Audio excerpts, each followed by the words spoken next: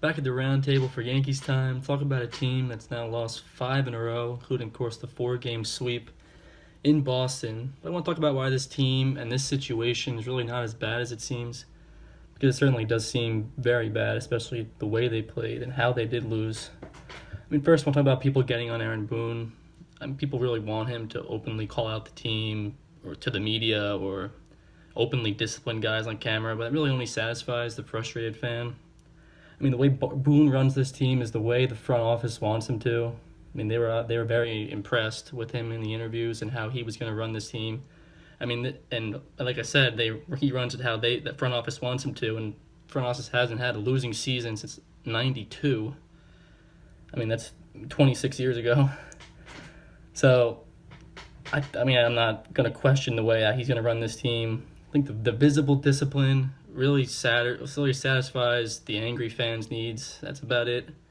His level-headedness and calm demeanor was another big reason why he's there. Of course, that's something that Girardi lacked and that they wanted in the next manager. This team, of course, wants to win. They're not out there dogging it. They certainly understand the situation they are in and really how good the Red Sox are. These guys don't get to where you are professionally as a baseball player without being excellent at really what you do. I don't think they need to be yelled at or disciplined. I think there's more baseball problems with this team rather than effort or character problems. Fans really used to seeing that tough guy manager who yells at everyone. So you kind of expect that, but this is a different way they're running this team. It's not coming, so don't expect it. Don't expect Boone to really get at these guys, because he's not going to. It's something when they're playing well. You're not looking at the manager. No one was saying, why isn't he getting on guys back when they were winning games that went 17-18 or whatever it was. He's being scapegoated a little bit for this team's struggles, which I think isn't his. He's part of the team, so he should take some of the responsibility, of course. I think the couple things I've had problems with him in this Red Sox series. Bringing in Holder to face. It was in that we're leaving CC in that first game. He brought him in to face Jackie Bradley Jr. and then Betts and Benintendi, which the Yankees have so many good relievers in this bullpen. There's really 4 guys who could be closers. And the Red Sox, to be honest, that top 4 with, and then Bogarts, of course, he wasn't playing, he was hurt. But that top 4 with Betts, Benintendi, Pierce, obviously killed them, and then JD Martinez, that's more than half of the lineup in terms of production. That's really the lineup right there. So with the 4 guys they have, those that top of the order, middle of the order should be facing one of their elite relievers and the starter really throughout every at bat that they're going to get in a game. Because this is one series. You get the starter to pitch 1-2 at bats to those guys, and then you bring in a Robertson, you bring in a Betances, you bring in a Britton. I think bringing in, because it was early, he didn't want to bring in one of those big guys. It seemed like, and they of course paid. And then, I think his calmness, kind of the way he acts, people didn't like that, of course, because he wasn't making a quick decision to take Holder out. He was kind of letting it play out. It almost seemed like there was a lack of urgency, which I think is valid. But not something that's really going to play that big of a role in the game. He did wind up bringing in Green, who also got beat pretty badly. Just one other thing. I think Bird didn't play Game 4. He's hit lefties pretty well. I think he's got to be in the lineup. And of course, Neil Walker only played 2 of the 4 games. And with how they are shorthanded, they need those 2 guys. They really need those 2 guys to play all 4 of these games. Because otherwise you end up with the Shane Robinson in the lineup. You already have Romine, who's proven now as an everyday player. He's not quite what he was or early on in the year. I think the series kind of came at a bad time. There's just a lot going on right now. really the ups and downs of the season. It's such a long season. I think first, Holder, he's been great all year. I think he's pitched better than how good he actually is, and he kind of knew he was going to break eventually. Excuse me. So he breaks at Fenway in a crucial game, really the two games that he does wind up really struggling in, Game 1 and Game 4. I think that was, he's a young pitcher. He's not really used to pitching in these high leverage situations, big games, and of course I think that was, almost a direct effect of trading Warren for the international spending money. Those were really, long relief in that first game for CeCe. We hope Warren give you 2 innings if he's still on the team. And then, coming out into extra innings, you're looking for maybe a couple innings. That's a big spot that Warren would have usually pitched. Gleyber Torres, since he's been hurt, they've struggled. And since he's been back, he hasn't hit. He's kind of hit that rookie wall. He's 21 years old. You're relying heavily on a 21-year-old in Major League Baseball. It's not many teams do. Of course, the Yankees do have a ton of good players, but he was such a big part of their winning. Now he's struggling. They're not playing as well. Judge and Sanchez. Sanchez is right. These are maybe your 2 best players in the lineup, 2 best hitters. And I think you're kind of obviously missing them. You're seeing the effects of playing Romine every day. He's not as effective. He's not nearly the hitter that Sanchez is, or the player.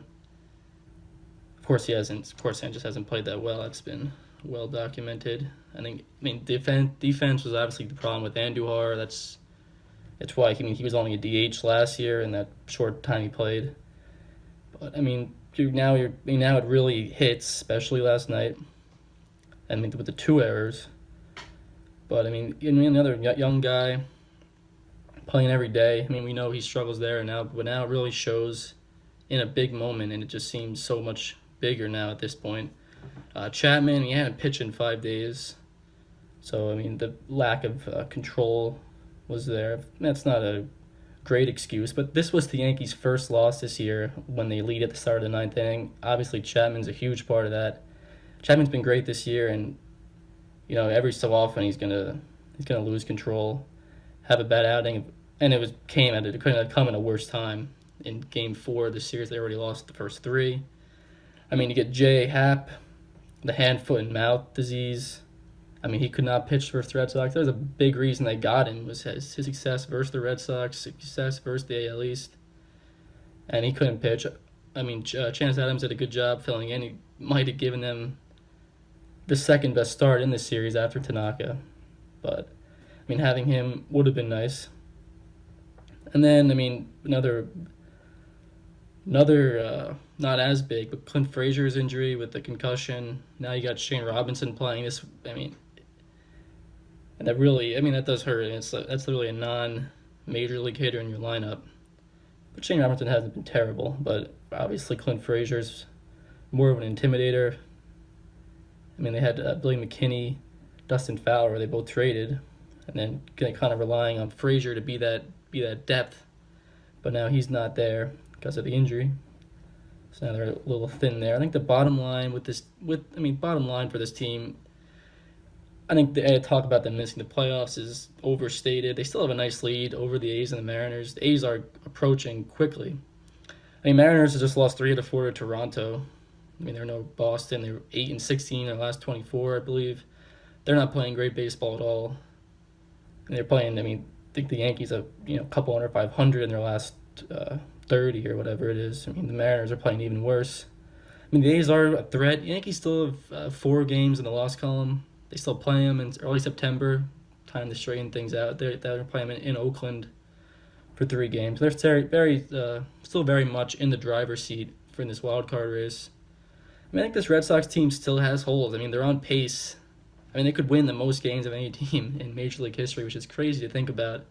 I think the Mookie Betts, Chris Sale, JD Martinez trio, that might be the best in baseball, and their rotation is very good with the new look cutter Eovaldi. Price has pitched better. It was just about a month ago. Less than a month ago, the Yankees had 8 runs against him. He gave up home run to Higashioka. So he's been better the last three times out, but he's He hasn't really put a bunch of starts together.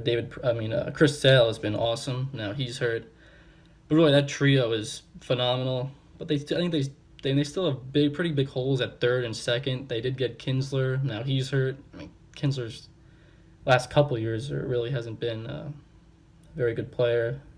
I mean, catchers still, they don't get a lot of offense from really those three positions. And in the bullpen, they still struggle. I think we saw that a bit in the series. I mean, this was tough to watch. Really, all 4 games for a number of reasons. Even with Tanaka, just how slow he was. He pitched well, but he was slow. And then of course Porcello totally shut them down. 86 pitch complete game.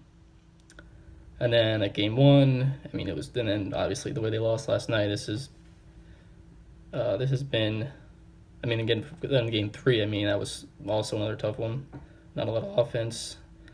I think right now it's clear. I mean, the Red Sox are the better team right now.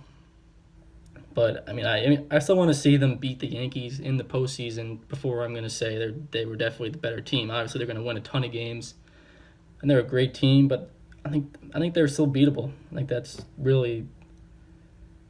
I mean, that might be a little too optimistic after what just happened, but I still think this team is beatable. And the Yankees' rest of the schedule this month is very easy. I mean, this is where they have to right the ship and start playing better baseball in time for October. They still, I mean, it's early August. They still have plenty of time. They can get hot at the right time, as they say. Plenty of time to right the ship. I mean, it starts tonight versus the White Sox. That's it from the Roundtable. My name is Matt Count. Thank you for watching.